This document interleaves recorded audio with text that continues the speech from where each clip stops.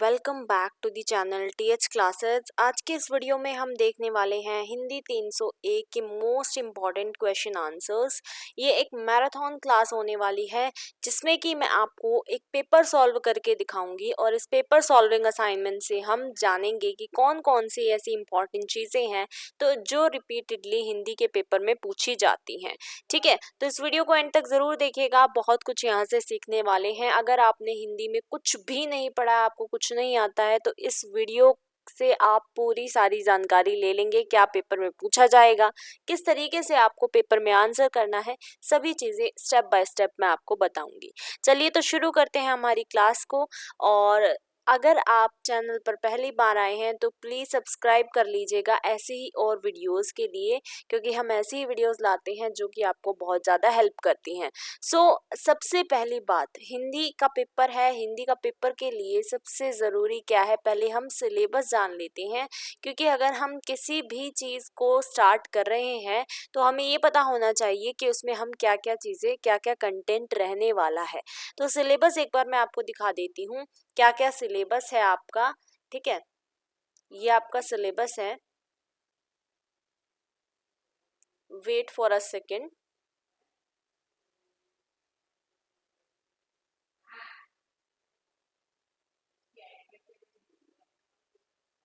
तो ये देखिए, ये आपका राष्ट्रीय मुक्त विद्यालय संस्थान शिक्षा संस्थान यानी कि national institute of open schooling की वेबसाइट है। इस पे अगर आप आएंगे तो यहाँ पे आपको हिंदी का सिलेबस देखने को मिल जाएगा। ठीक है, ये देखिए हिंदी का सिलेबस है और इसमें आपके बहुत से चैप्टर हैं। मैं यहाँ पर आपको कुछ इम्पॉर्टेंट चैप्टर्स बता देती हूँ।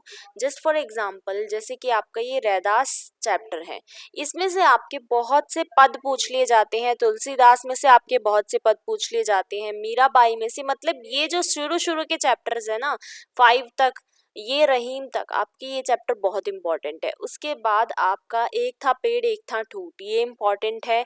दो कलाकार में से भी कई बार पूछ लिया जाता है। एंड सबसे इम्पॉर्टेंट जो आपका चैप्टर है वो मैं आपको बताती हूँ।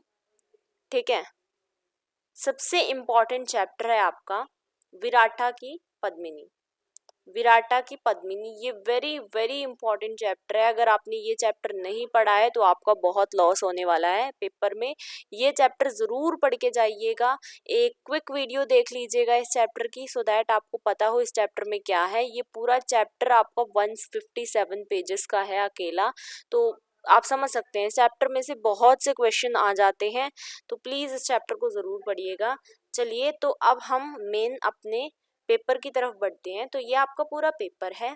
ठीक है, इस पेपर में आपका ये रहा, यहाँ से ऐसे स्टार्ट होता है ये। इसमें आपके 2 खंड जो हैं कंपलसरी होते हैं कल करने। ठीक है, इसमें आपके 3 खंड आते, खंड क, खंड ख, खंड ग। खंड ख और ग में आपका चॉइस होती है, यानी कि कोई एक करना होगा और खंड का आपको पूरा करना होगा। 29 प्रश्न इसमें रहने वाले हैं।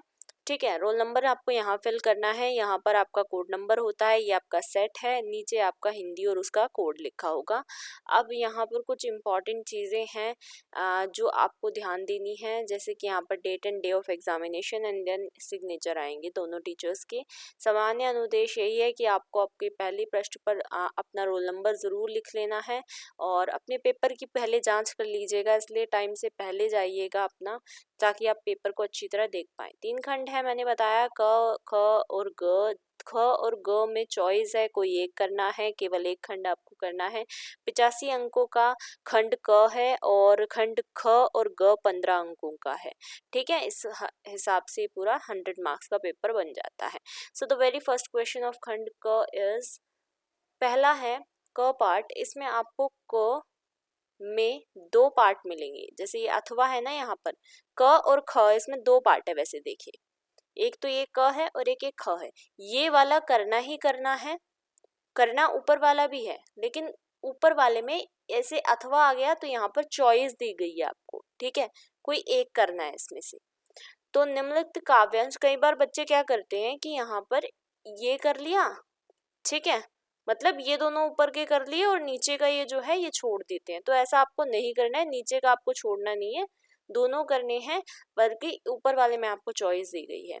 तो निम्नलिखित काव्यांश की सप्रसंग व्याख्या कीजिए। तो फर्स्ट क्वेश्चन आपका हमेशा सप्रसंग व्याख्या का आता है, ठीक है। सप्रसंग व्याख्या कैसे क्या करनी होती है मैं आपको बताऊंगी। तो ये आपका एक जो है आपको दे दिया एक पैरा टाइप में, ठीक है, एक चौपाई दे दी है, सखी मारी नींद नसानी हो से लेकर सुध बुध बिसरानी हो तक।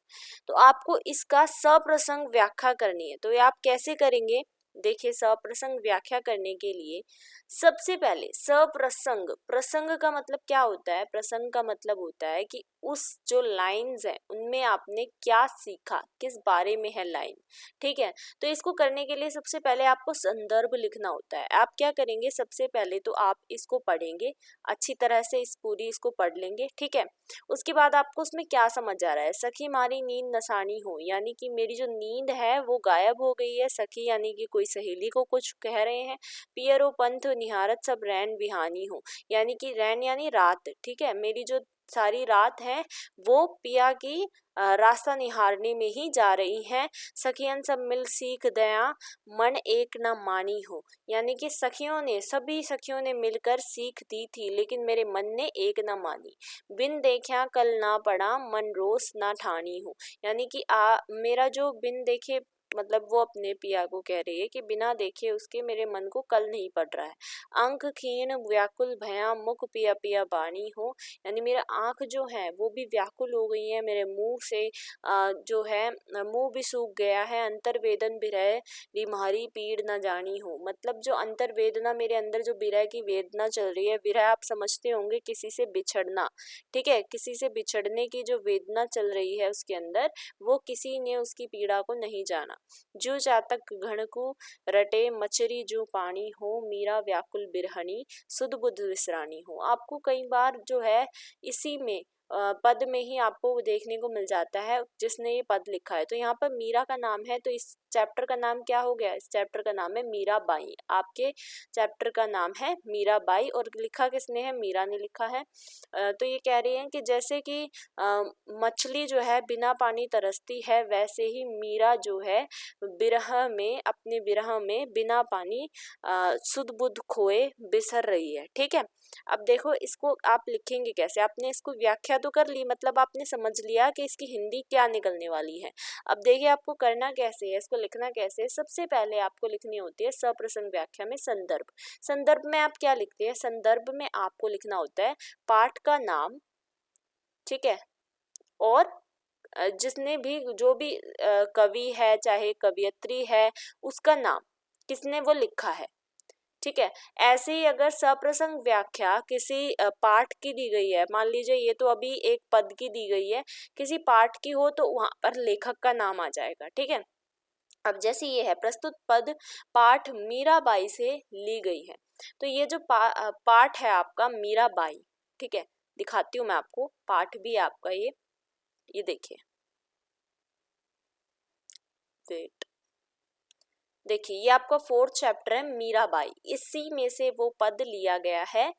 और जो भक्ति काल कवियत्री मीराबाई की रचना है जिसमें पिया से विरह को दर्शाया गया है। आपको सिर्फ इतना संदर्भ में लिखना होता है कि भाई ये मीराबाई चैप्टर से लिया गया है, इसको मीराबाई नाम की एक कवियत्री है उन्होंने लिखा है। मीराबाई के बारे में तो सभी जानते हैं, और उसमें क्या है, उसमें पिया से विरह को दर्शाया गया है।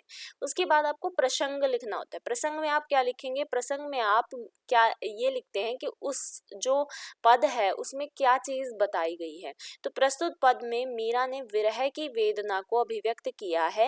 विरहिणी की नींद उड़ जाना और प्रियतम के बिना किसी भी भांति चैन न पड़ना, इस भाव को मीरा ने प्रस्तुत किया है, ठीक है। मतलब उसमें आपको ये बताना है कि इसमें हमें वेदना देखने को मिल रही है, किस चीज की वेदना, विरह की वेदना, बिछड़ने की वेदना। इसमें और हमने क्या क्या देखा कि उसकी नींद उड़ गई थी, ठीक है, उसको किसी भी प्रकार से चैन नहीं आ रहा था, और इस चीज को मीरा ने बहुत अच्छे से प्रस्तुत किया है। तो यही चीज आपको प्रसंग में लिखनी होती, सेम यही पैटर्न आपको लिखना पड़ेगा। उसके बाद है व्याख्या। व्याख्या में आपको पूरी चीजें जो मैंने आपको हिंदी समझाई है, तो वही चीज आपको इसमें अपने हिसाब से लिखनी होगी। जैसे ए सखी मेरी नींद खो गई है, सारी रात अपने प्यारे की राह देख कर गुजारी है, सभी सहेलियों ने मिलकर नसीहत दी थी यानी सलाह दी थी मगर मैंने एक नहीं मानी। तो वही चीज़ जो मैंने आपको हिंदी में उसको ट्रांसलेट करके बताई है, सेम आपको यहाँ तक व्याख्या में लिखनी है। व्याख्या ज़्यादा बड़ी करके मत लिखिएगा क्योंकि इनके भी मार्क्स होते हैं, संदर्भ का अलग मार्क्स है, प्रसंग का अलग है, व्याख्या का अलग है, एक एक मार्क कैरी करता है ये, ठीक है। उसके बाद आपको लास्ट में टिप्पणी या विशेष, ये कंपलसरी नहीं है, आप चाहें तो इसको लिख सकते हैं और अगर लिखेंगे तो काफ़ी अच्छे मार्क्स मिल जाएंगे। इस टिप्पणी और विशेष में आपको क्या करना है, इसमें आपको ये बताना है कि आपने कौन कौन से इसमें कोई अलंकार आ रहा है तो वो बता दीजिए, ठीक है, कोई छंद आ रहा है, कोई आपका रस आ रहा है इसमें, तो इसमें कौन सा रस आ रहा है, इसमें आपका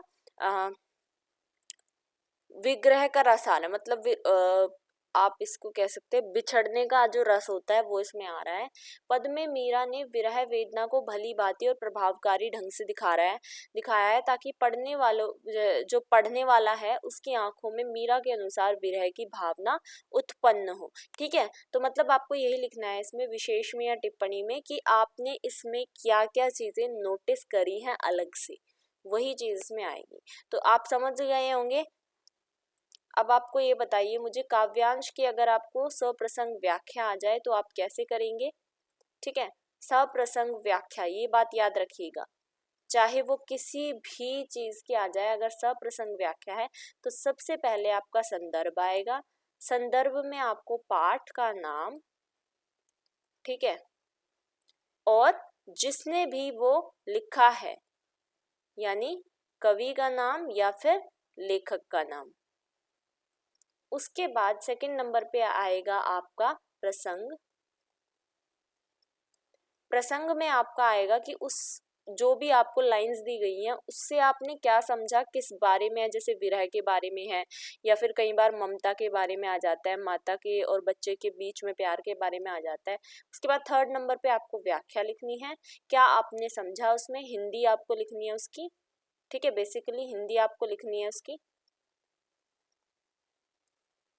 उसके बाद फोर्थ नंबर पे, ये इम्पॉर्टेंट नहीं है, आप चाहें तो लिख दीजिएगा, अगर इतने स्टेप भी कर देते हैं तो आपका कंप्लीट हो जाएगा, लेकिन अगर आप चाहते हैं आपको और अच्छे मार्क्स मिले, कहीं से कुछ भी ना छूटे, तो आप लिख दीजिएगा लास्ट में टिप्पणी या विशेष करके, जिसमें आपको लिखना है क्या चीजें आपने इसमें अलग से नोटिस करी हैं, जैसे कौन कौन से अलंकार इसमें नोटिस करे हैं आपने, ठीक है, कौन से छंद इसमें नोटिस किए हैं, या फिर कोई इसमें रस आपने देखा है, तो वो चीज आपको इसमें लिखनी होगी, ठीक है। आई होप इतनी बात क्लियर हो गई है आपके। अब आपको ये जो अथवा है इसमें भी आपको क्या करना है, इसमें भी आपको सप्रसंग व्याख्या करनी है। अब ये जो सप्रसंग व्याख्या है मैं आपके लिए छोड़ती हूँ, ये आपको खुद से करनी पड़ेगी। वह तोड़ती पत्थर देखा उसे मैंने इलाहाबाद के पथ पर, तो ये किसने लिखी है, ये सूर्यकांत त्रिपाठी निराला ने लिखी है। कवि का नाम है सूर्यकांत त्रिपाठी निराला और कविता का नाम है वह तोड़ती पत्थर। तो ये किस में आ जाएगा, ये तो आपका संदर्भ में आ जाएगा, ठीक है, ये आपका संदर्भ में आ जाएगा। कवि का नाम ये जो है प्रस्तुत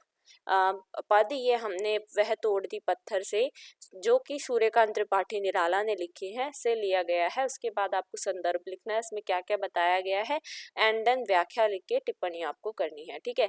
एक अलंकार जो बहुत ही ज्यादा आता है बहुत बार, वो है अनुप्रास अलंकार। इसमें क्या होता है, अनुप्रास अलंकार में आपका जैसे कि फॉर एग्जाम्पल नत नयन, नत नयन, इसमें आपका कौन सा अलंकार है, इसमें आपका अनुप्रास अलंकार है। और कैसे पता चलेगा, जिस भी वर्ड से, जैसे न से ये वाला फर्स्ट वर्ड स्टार्ट हो रहा है, उसी वर्ड से, उसी वर्ण से आपका सेकंड वाला स्टार्ट होगा। जैसे न से ये है नत और न से ही नयन, ऐसे यहाँ पे नत नयन नैन, इस तरीके से आता, चाहे मात्रा लगी हो या ना लगी हो, लेकिन ये आपको देखना है फर्स्ट भी सेम है, सेकंड भी सेम है, एंड थर्ड भी की भी स्टार्टिंग सेम से ही वर्ड से हो रही है, तो इसका मतलब इसमें अनुप्रास अलंकार है। बिना सोचे समझे लिख देना, ठीक है, मेरी गारंटी है वो बिल्कुल सही होगा। अब चलते हैं, जैसे बार बार है, ब और ब, बार बार, तो इसी में भी अनुप्रास अलंकार आएगा, ठीक है। इसमें भी बहुत सारे ऐसे अलंकार आ जाते हैं, तो आपको वो चीज भी लिख लेनी है। नेक्स्ट, अब इसी का ख पार्ट है जिसमें कि आपको काव्य सौंदर्य स्पष्ट करना होता है। अब जैसे ये वाला जो है, ये आपका लिया गया है राम और भरत वाला जो आपका चैप्टर है, ठीक है, जिसमें कि भरत और परशुराम का संवाद हो रहा है, वो चैप्टर जो है उसमें से आपका ये लिया गया है। सपनेहु दोष कलेशु न काहू, मोर अभाग उदधि अवगाहु। यानी कि सपने में भी तो क्या होता है, भरत ना मतलब ये बोलते हैं कि राम जो है वो चले गए और सिर्फ मेरी माता केकई की वजह से। आपको पता होगा वो स्टोरी तो पूरी रामायण की। तो उसमें फिर उसके बाद भरत कहते हैं कि सपने में भी किसी को दोष देना ये सब ठीक नहीं है। मोर अभाग, ये तो मेरे ही अभाग के कारण, मेरे ही भाग के कारण ऐसा सब कुछ हुआ कि राम भगवान को जो है वनवास मिला। बिनु समझे निज अग परिपाकू, जा रही हूँ जाए जननी कही काकू। यानी कि बिना सोचे समझे अगर मैं अपनी माता को ये सब कहूंगा तो वो मुझे ही मतलब उल्टा वो लगेगा, ठीक है। हृदय हेरी हारे हूँ अब ओरा, एक ही भांति भले ही भल मोरा। गुरु गोसाई साहिब सिया रामू, लागत मोही निक परिणामू। यानी कि वो फॉर एग्जाम्पल वो यही कह रहा है कि हमें जो है, भरत कह रहा है कि मुझे राम भगवान, अब तो मेरी जो बेड़ा पार है वो राम भगवान ही कर सकते हैं। मेरी माता ने जो किया वो किया, ठीक है, मैं उनका कोई दोष नहीं निकाल सकता क्योंकि इसमें दोषी मैं भी हूँ। तो अब इसी को आपको काव्य सौंदर्य के रूप में लिखना है। अब काव्य सौंदर्य में क्या होता है, देखिए, काव्य सौंदर्य में बेसिकली आपको कुछ भी नहीं करना। इसमें आपको अगर कोई भी रस मिल रहा है जो आपको सप्रसंग व्याख्या में लास्ट में टिप्पणी और विशेष में लिखना होता है ना, वही चीज आपको बस यहाँ लिखनी होती है। छंद मिल गया, कोई अलंकार मिल रहा है, कोई रस मिल रहा है, तो उस चीज को आपको लिखना पड़ेगा इसमें। देखिए, सपनेहु दोष कलेशु न काहू, इसमें कौन सा रस है, इसमें आपका विरह का रस है, ठीक है, क्योंकि उन दोनों का विरह हुआ है, वो आपस में जो है बिछड़ गए हैं। इसके अलावा इसमें दुख का भी रस है, वो अपने दुख भी कर रहा है। अब मैंने आपको बताया था अनुप्रास अलंकार है इसमें, देखिए भ और भ, यहाँ पर भी भ है, यहाँ पर भी भ है, यहाँ पर भी ग है, यहाँ पर भी ग है। तो इसमें आप क्या कैसे करेंगे, इसमें आपको लिखना है भली भो एक मिनट, भांति भले ही, भांति भले ही, ऐसे आप लिखिएगा, भांति भले ही। पहले आपको क्या करना है, पहले आपको जैसे कि आप इसका क्वेश्चन नंबर 1 का ही ख पार्ट ऐसे आप पेपर में लिखेंगे, ठीक है। आपको क्या लिखना है इसमें, सबसे ऊपर तो आप लिखेंगे काव्य सौंदर्य, ठीक है, काव्य सौंदर्य। अब फिर 1 पॉइंट आप डालेंगे, उसके बाद आप लिखेंगे इसमें या इस पद में हमें विरह या वियोग रस देखने को मिलता है, ठीक है। उसके बाद सेकंड पॉइंट डालेंगे, बस यही करना है काव्य सौंदर्य में, ठीक है। उसके बाद आप लिखेंगे इसमें हमें अनुप्रास, अपनी जो लैंग्वेज है ना उसको थोड़ा सा अच्छी करने की कोशिश करिएगा, उसको थोड़ी सी डिफरेंट लिखने की कोशिश करिएगा। जैसे मैंने ऊपर लिख दिया देखने को मिलता है, आप नीचे लिख दीजिए अनुप्रास अलंकार की छवि भी दिखाई देती है, ठीक है, भी दिखाई देती है। उसके बाद लिख देंगे जैसे, जैसे के बाद ऐसे आप जो है लिखिए, और उसके बाद पॉइंट्स डाल के, इस तरीके से पॉइंट्स डाल के जहां जहां आपका अनुप्रास आपको दिख रहा है, जैसे कि आपका ये रहा जाए जननी, ठीक है, कही काहू काकू, इसमें तो बहुत से अनुप्रास अलंकार आपको देखने को मिल जाएंगे। हृदय हेरी हारे हूँ, ठीक है, भांति भले ही भल, गुरु गोसाई। तो ये सारे जितने भी आपके लाइंस है ना वो सारी आपको लिख देनी है बस, और वो आपका पूरा हो जाएगा क्लियर, ठीक है। ये देखिए, हृदय हेरी हारे हूं, तो इसको आपको ऐसे लिखेंगे आप, हृदय हेरी हारे हूं। इसके अलावा इसमें कौन कौन सा है, और भांति भले ही, भांति भले ही।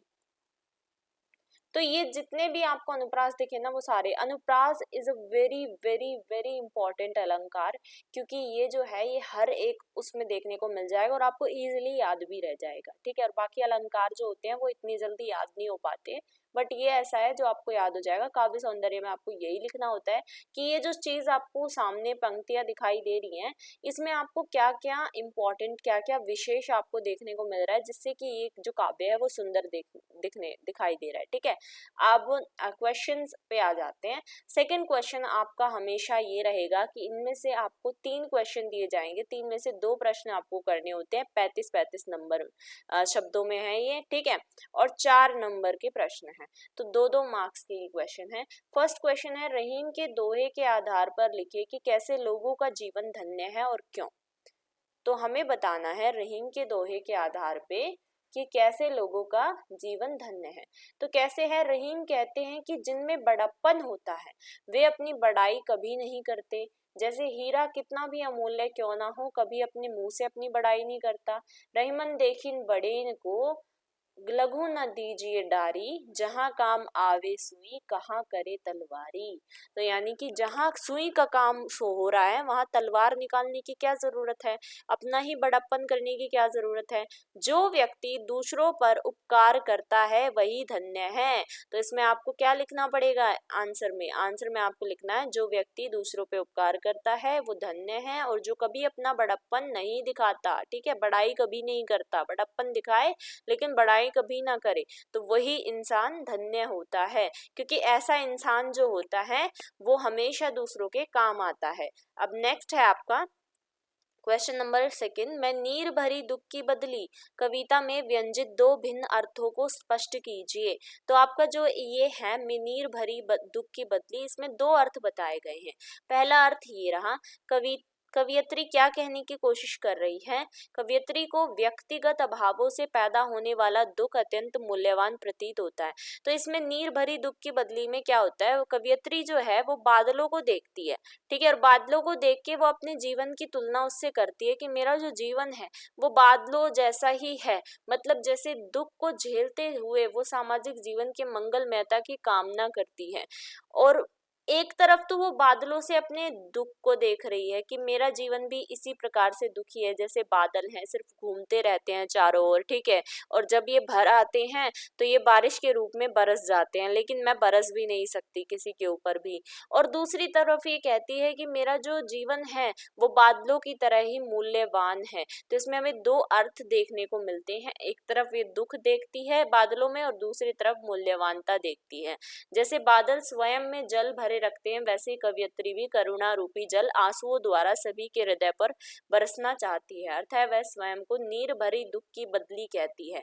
मतलब हमारे कवियत्री कह रही है कि मेरे अंदर जो दुख है वो नीर यानी कि पानी की तरह भरा हुआ है, जैसे बादल जो है वो बरस जाते हैं वैसे मैं किसके ऊपर बरसूं, ठीक है।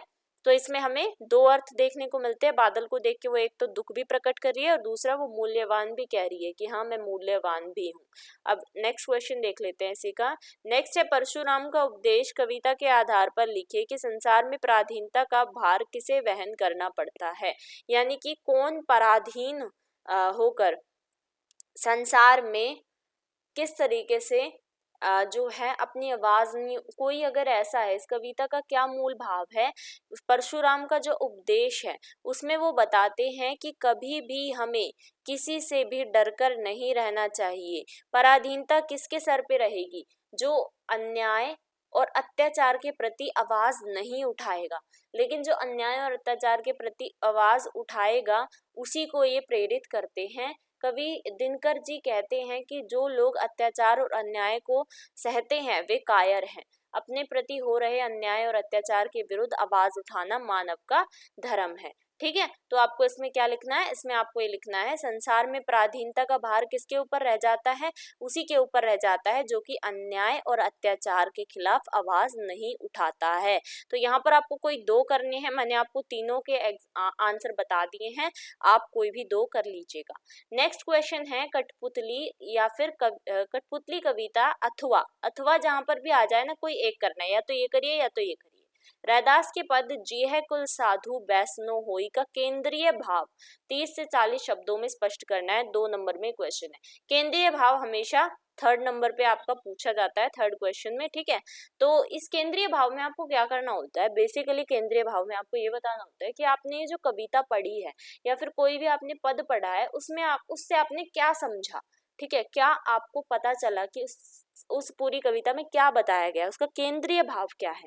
तो वही आपको 30 से 40 शब्दों में लिखना होता है। देख लेते, कठपुतली का मैंने लिखा है। तो इसका कठपुतली कविता का जो केंद्रीय भाव है, सबसे पहले तो आपको ये बताना चाहिए कठपुतली कविता जो है वो भवानी प्रसाद मिश्र द्वारा लिखी गई है, ठीक है। नाम आपको पता होना चाहिए, भवानी प्रसाद मिश्र। और इसका भावार्थ क्या है या इसका केंद्रीय भाव क्या है, कठपुतली दूसरों के हाथों में बंधकर नाचने से परेशान हो गई है और अब वो सारे धागे तोड़कर स्वतंत्र होना चाहती है। भाव यही है कि किसी को भी पराधीनता या गुलामी पसंद नहीं होती, सभी स्वतंत्रता से रहना पसंद करते हैं, हमें अपने मन के छंद हुए हैं। मतलब हमें इसमें कठपुतली इससे नाम से ही पता चल रहा है कि वो दूसरों के इशारों पे चलती है ना। दूसरे जैसे उसको हाथों में बांधकर नाचने से वो परेशान हो गई है, ठीक है, और वो उन धागों को तोड़ना चाहती है, वो सिर्फ अपने हिसाब से चलना चाहती है और स्वतंत्र यानी कि फ्रीडम उसको चाहिए, ठीक है, फ्रीडम उसको आज़ादी चाहिए। और यही इसका भाव है कि हमें किसी की भी गुलामी या पराधीनता में रहना नहीं चाहिए, सभी को स्वतंत्र रहना पसंद होता है, चाहे वो कठपुतली क्यों ना हो। अब इसका जो है रैदास का जो पद है, आपने ये कर लिया तो इसको करने की जरूरत नहीं है। आप इसको जो है अगर करना चाहें तो अपनी प्रैक्टिस के लिए कर लीजिएगा। अब नेक्स्ट क्वेश्चन है, ये भी 2 मार्क्स का है। संत काव्य की विशेषताएं लिखनी है हमें। तो संत काव्य क्या है, संत काव्य जो है वो उस समय पे संतों के द्वारा मतलब उस समय पे जो संत का समय चल रहा था, उस समय पे जो लिखे गए काव्य हैं उनकी क्या क्या विशेषताएं थी, ठीक है, ये हमें इसमें बताना है। तो देखिए रैदास का पद, अच्छा सॉरी, यहाँ पर ये जो है रैदास का पद जिह कुल साधु बैसनो हुई, इसका भी हम एक बार केंद्रीय भाव देख लेते हैं। इस पद द्वारा संत रैदास यह प्रतिपादित करना चाहते हैं कि भक्ति मार्ग में जाति पाति का कोई बंधन नहीं होता। नीच कही जाने वाली जाति में जन्म लेने वाला व्यक्ति जिसके हृदय में प्रेम भक्ति का संचार है, वह उस ब्राह्मण से कहीं अधिक अच्छा है जो भगवान की भक्ति के प्रति उदासीन है। जिह कुल साधु बैसनो होई, यानी कि जिस कुल में जन्म लिया है जरूरी नहीं कि उसी कुल मतलब इस जिस जैसे मान लीजिए मैंने किसी भी जो है नीच कुल में जन्म लिया है और जरूरी नहीं कि मैं भगवान की भक्ति में लीन ना हो पाऊं, ठीक है, यही इसमें बताया गया है। और मान लीजिए किसी ने ऊंचे कुल में जन्म लिया है और फिर भी वो भगवान की भक्ति ढंग से नहीं कर रहा है, तो दैट मीन्स कि वो जो है उस मतलब वो भक्ति के प्रति वो उदासीन है और वो ब्राह्मण से बहुत अच्छा है अगर नीच जो है वो भगवान की भक्ति करता है, ठीक है, यही आपको इसमें लिखना है। चलिए अब जो आपका नेक्स्ट क्वेश्चन था कि संत काव्य की विशेषताएं क्या हैं। निर्गुण संत काव्य ने अनेक धार्मिक संप्रदायों के प्रभावों को ग्रहण किया है। यह साधना तथा काव्य वैभव दोनों दृष्टि से बहुत ही संपन्न है। संत कवियों की विचारधारा निजी ज्ञान और अनुभूतियां पर आधारित है। इस काव्य धारा की सामान्य प्रवृत्तियां और सामान्य विशेषताओं को विवेचन निम्न प्रकार दिया जा रहा है। तो इसमें क्या है, इसमें जो संत कवि होते थे, संत कवि की विचारधारा क्या थी, निजी ज्ञान और अनुभूति, जो उन्हें अनुभूति होती थी उसी प्रकार से वो अपने काव्यों में अपने ज्ञान को बटोर कर लिख देते थे। संत काव्य का सामान्य अर्थ होता है संतों के द्वारा रचा गया काव्य। जो मैंने आपको बताया संतों ने जो काव्य लिखे हैं उन्हीं को हम संत काव्य बोलते हैं। लेकिन जब हिंदी में संत काव्य कहा जाता है तो उसका अर्थ होता है निर्गुण उपासक ज्ञान मार्गी कवियों के द्वारा रचा गया काव्य। तो जो निर्गुण उपासक होते हैं, ठीक है, जिनकी कोई जात ना पात कुछ भी ना उनसे पूछा जाए, निर्गुण उपासक है, भगवान की भक्ति में नील हैं, ज्ञान मार्ग की तरफ गए हुए हैं, उनके द्वारा लिखे गए काव्यों को हम कहते हैं संत काव्य। और इसमें हमें क्या देखने को मिलता है, इसमें हमें उनकी विचारधाराएं, उनकी जो अनुभूतियां हैं, उनके द्वारा जो उन्होंने महसूस किया है, ठीक है, धार्मिक संप्रदायों का जो प्रभाव है वो देखने को मिलता है। ये कब से शुरू हुआ, ये 1267 ईस्वी में संत नामदेव के द्वारा किया हुआ माना जाता है। मतलब सबसे पहला जो संत काव्य है वो संत नामदेव के द्वारा सबसे पहले लिखा गया था, ठीक है। तो ये आपका हो जाएगा 2 मार्क्स का। ये पूरा आपको नहीं लिखना है, आपको जो मेन चीजें मैंने इसमें बताई हैं कि उसमें सामान्य प्रवृत्तियां, सामान्य विशेषताएं क्या क्या हैं, वो सारी आपको उसमें लिखनी है। नेक्स्ट क्वेश्चन है आपका 5th क्वेश्चन, निम्नलिखित पंक्तियों में निहित रस और छंद लिखिए। तो ये 2 नंबर का क्वेश्चन है, इसमें हमें कौन सा रस है और कौन सा छंद है ये बताना है।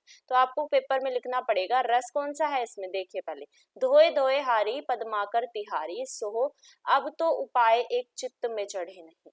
यानी कि धोए धोए हारी, ये जो है ये होली के बारे में बताया जा रहा है, ठीक है।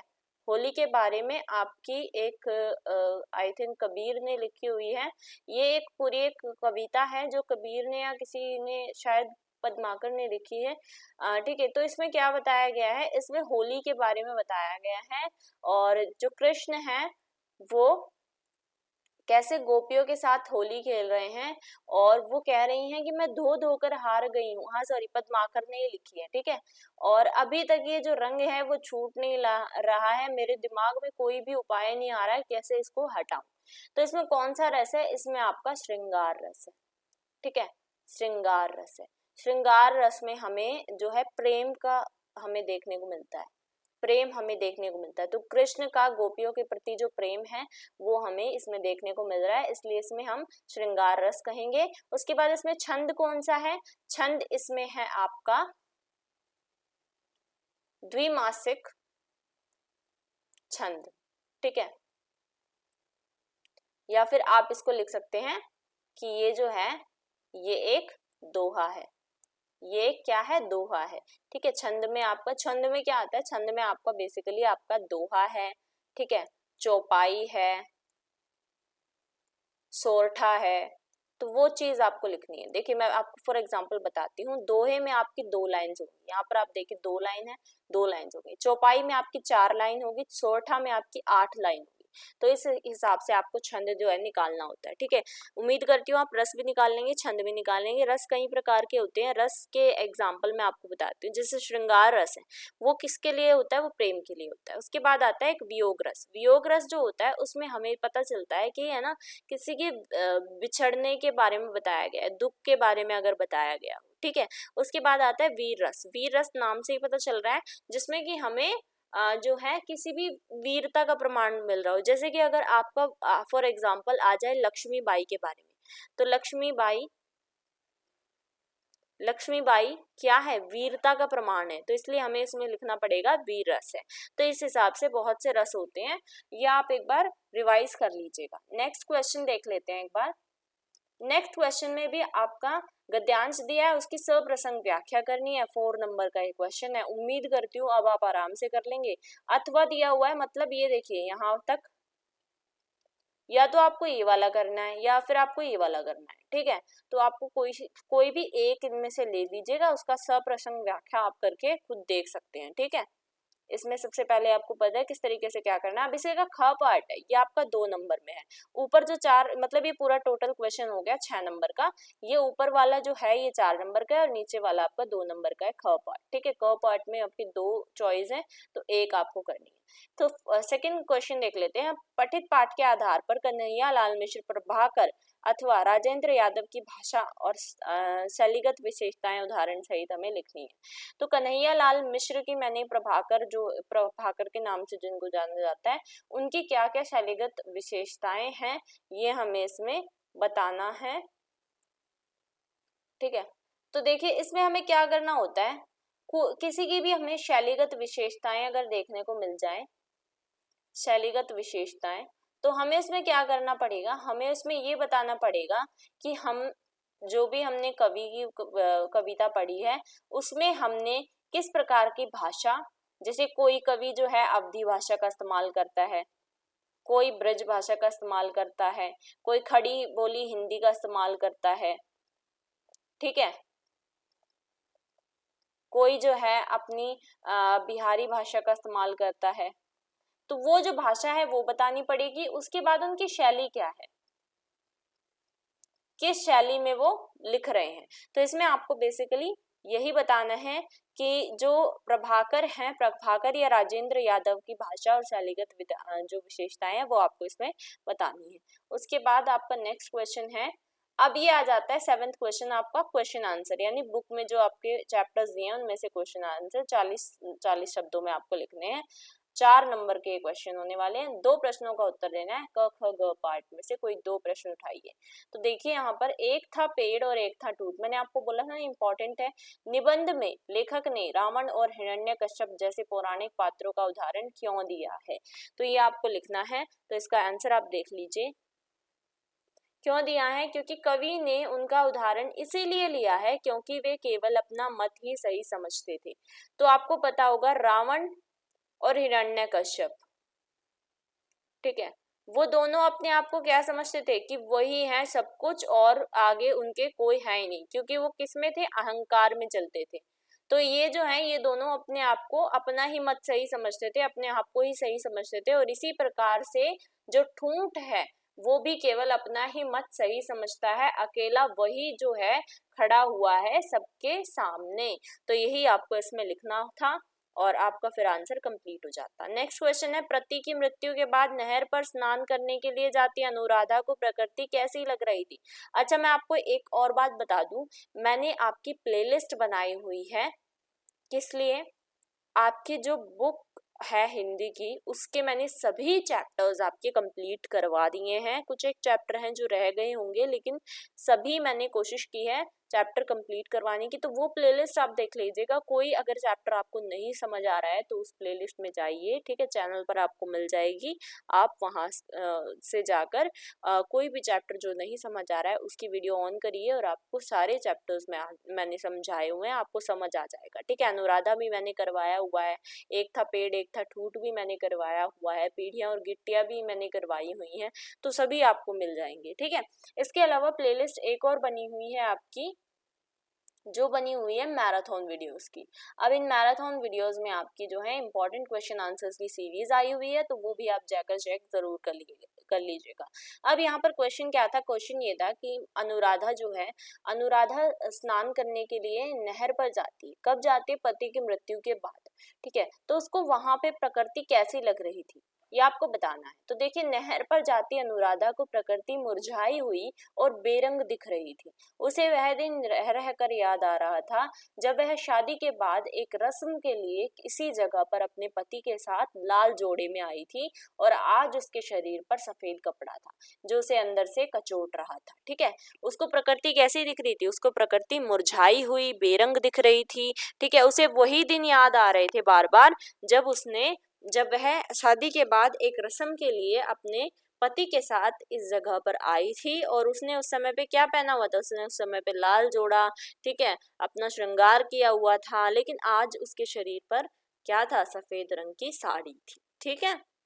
अब आगे बढ़ते हैं। नेक्स्ट क्वेश्चन है, वयोवृद्ध व्यक्तियों को मंदिर में स्थापित किए जाने के पीछे छिपे व्यंग्य को पीढ़ियां और गिट्टियां के आधार पर स्पष्ट कीजिए।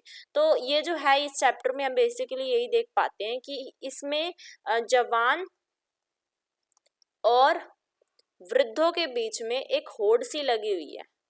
तो वृद्धों को किस तरीके से मंदिरों में स्थापित किया गया है ये आप जो है पीढ़ियां और गिट्टियां चैप्टर के उसमें देख पाएंगे, ठीक है। मैंने 2 क्वेश्चन तो आपके करवाई दिए हैं। अब नेक्स्ट क्वेश्चन आता है आपका 8th क्वेश्चन, सड़क का आदमी कहानी के आधार पर सिद्ध कीजिए कि राघव सरकार दृढ़ संकल्प वाले व्यक्ति थे, ठीक है। ये हमें बताना है। सड़क का आदमी आपका जो कहानी है, जो आपके चैप्टर है, उसमें जो राघव सरकार है वो कैसे दृढ़ संकल्प वाले व्यक्ति थे। तो सड़क का आदमी लघु कहानी भ्रष्टाचार के विरुद्ध हमें जागृत करने में कुछ हद तक सफल हुई है। इसमें हमें क्या देखने को मिलता है, इसमें हमें भ्रष्टाचार के खिलाफ जो मतलब जागृत करने का काम ये करती है। इस कहानी में रिक्शा वाले के आत्मसम्मान को दर्शाया गया है जिसे बिना परिश्रम किए मुफ्त के पैसे लेने से वो इनकार कर देता है। सड़क का आदमी लघु कहानी में राघव सरकार नाम का आदमी सिद्धांतवादी है। सड़क का आदमी लघु कहानी में ये क्या करता है, सिद्धांतवादी है, वो बिना जूतों के चढ़ाई वाले रास्ते पर चलता है जहाँ चाहे वह कितना भी कठिन क्यों ना हो। इसमें एक रिक्शा वाला होता है, ठीक है, जो कि अपने बिना काम किए पैसे नहीं लेता है, मुफ्त के पैसे वो नहीं लेता है, और इसमें हमें भ्रष्टाचार के खिलाफ जागृत करने की कोशिश की है। अब नेक्स्ट क्वेश्चन देख लेते हैं। ठीक है, उम्मीद करती हूँ समझ आ गया होगा। सेकंड 2 नंबर का था ये क्वेश्चन। नेक्स्ट है आपका, अगेन यहाँ पर बुक से रिलेटेड आपके क्वेश्चन आंसर हैं। 2 प्रश्नों का उत्तर देना है, 50-50 शब्दों में है। तो पहला है आपका विराटा की पद्मिनी। ये भी आपका विराटा की पद्मिनी से और ये भी आपका विराटा, तीनों ही क्वेश्चन विराटा की पद्मिनी से हैं। तो मैंने इसीलिए आपको कहा था कि ये जो चैप्टर है ये बहुत इंपॉर्टेंट है आपका। इसमें आपका फर्स्ट क्वेश्चन है, उपन्यास में सिर्फ प्राकृतिक परिवेश का ही अंकन नहीं है बल्कि वहाँ की संस्कृति, लोक तत्व और विश्वास का भी सजीव चित्र है, सिद्ध करना है हमें। मतलब जो विराटा की पद्मिनी चैप्टर है उसमें हमें सिर्फ क्या नहीं देखने को मिलता, प्राकृतिक परिवेश ही नहीं बल्कि हमें वहाँ पे उसकी संस्कृति, लोक तत्व, विश्वास भी देखने को मिलता है। तो इस क्वेश्चन का आंसर आपको क्या लिखना है, देखिए, विराटा की पद्मिनी एक ऐतिहासिक उपन्यास है। इसमें एक दांगी कन्या कुमुद के प्रेम और बलिदान की कहानी प्रस्तुत की गई है। तो इसमें आपको बहुत से कैरेक्टर मिलेंगे, कुमुद, ठीक है, देवी सिंह, ठीक है, और छोटी रानी, और भी बहुत सारे कैरेक्टर्स हैं। तो इसमें जो एक दांगी कन्या है कुमुद, उसको क्या बोलते हैं, उसको हम उसको गांव वाले बताते हैं दुर्गा का प्रतीक, यानी दुर्गा जो माता है उसका प्रतीक है वो। इसके साथ ही इसमें बुंदेलखंड की वीरता, जुझारूपन, संस्कृति, प्राकृतिक सुषमा और वहाँ के जनजीवन का भी अंकन किया गया है। मतलब वहाँ सिर्फ प्रकृति के बारे में ही नहीं बताया गया है, वहाँ पे क्या क्या वीरता है, जुझारूपन है, संस्कृति है, कैसा वहाँ का जनजीवन है, ये भी उसमें बताया गया है। कुमुद एक स्वाभिनी कन्या थी, मतलब एक स्वाभिमानी कन्या थी वो। स्वाभिमान के साथ साथ वो एक बहादुर कन्या भी थी और बहुत सुंदर भी थी दिखने में। जब वो पेट में थी तो उसकी माँ जो है वो अलग अलग चीजें उसके बारे में सोचती थी, और जब वो पैदा हुई थी तो उसके पिता को ये लगा था कि उनके घर में जो है किसी देवी ने जन्म लिया है, जिसने अपने स्वाभिमान और आत्मसम्मान की रक्षा के लिए अपने प्राणों को त्यागने तक से संकोच नहीं किया। वह अपने क्षेत्र में विराटा की पद्मिनी के नाम से जानी जाती थी और वह अपने नाम को सार्थक करती थी, ठीक है। तो वह, मतलब वो इतनी बहादुर थी कि वो अपने स्वाभिमान के लिए नदी में कूद गई थी, ठीक है, स्वाभिमान के लिए वो नदी में कूद गई थी, अपनी जान तक उसने दे दी थी।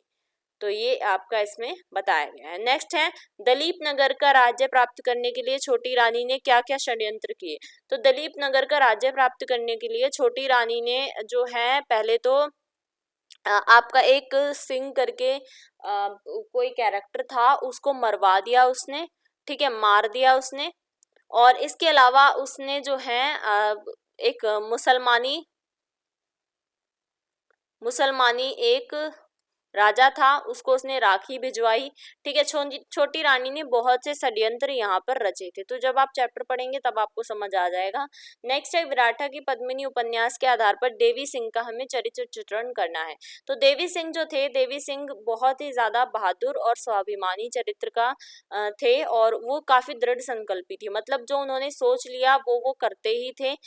और इसके अलावा वो जो है जब राजा बने थे तो उन्होंने छोटी रानी को माफ भी कर दिया था, और छोटी रानी को जो है कैद में से भी निकलवाने की उन्होंने डिसीजन ले लिया था। और छोटी रानी ने जबकि उनके साथ इतना सब कुछ किया था, तो वो जब राजा बने तो उन्होंने सब कुछ उनका माफ कर दिया। तो हम यहाँ से उनका माफ करने वाला चरित्र भी हम देख सकते हैं कि काफी अच्छे चरित्र के वो थे, ठीक है। अब देखिए इस पूरे चैप्टर में से आपका, देखिए नीचे भी आपके इसी चैप्टर में से क्वेश्चन है। 10th क्वेश्चन भी इसी चैप्टर का 1 नंबर का, कुमुद ने बेतवा नदी में छलांग क्यों लगाई। कुमुद ने बेतवा नदी में छलांग अपने स्वाभिमान के लिए लगाई। जब उसके ऊपर कीचड़ उछाला गया तब उसने बेतवा नदी में छलांग लगा दी, ठीक है। नेक्स्ट भी इसी चैप्टर का है, विराटा की पद्मिनी का। दलीप नगर और कालपी के बीच मतभेद की शुरुआत कब हुई। तो ये चैप्टर बहुत इंपॉर्टेंट है, 1 नंबर का ये क्वेश्चन है। नेक्स्ट क्वेश्चन है आपका, ठीक है। अब ये देखिए पूरा चैप्टर आपको मैं आपको एक बार दिखा देती हूँ। ये 1 मिनट, विराटा की पद्मिनी,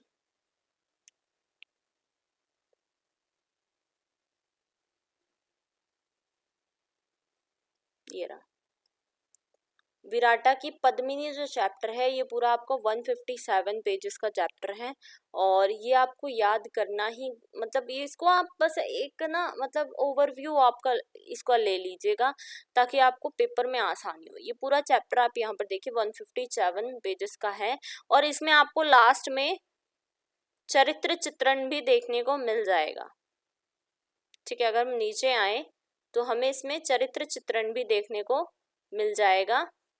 65 काफी ज्यादा इसमें खंड है, ठीक है, बहुत बड़ा चैप्टर है एक्चुअली। ये देखिए, जैसे छोटी रानी है, छोटी रानी नायक सिंह की दूसरी पत्नी थी, वह अत्यंत महत्वाकांक्षिणी थी, ठीक है, मतलब वो बहुत ज्यादा इच्छाएं थी उसके अंदर। नायक सिंह के कोई वैध पुत्र नहीं है, इसका दासी पुत्र कुंजर सिंह राज्याधिकार से वंचित है। बीमार राजा की मृत्यु के बाद वो राज सिंहासन पर बैठना चाहती है, परंतु राजा के दरबारी उसके विरुद्ध है। तो ये सारा है, अली मर्दान के बारे में इसमें आ जाता है, ठीक है।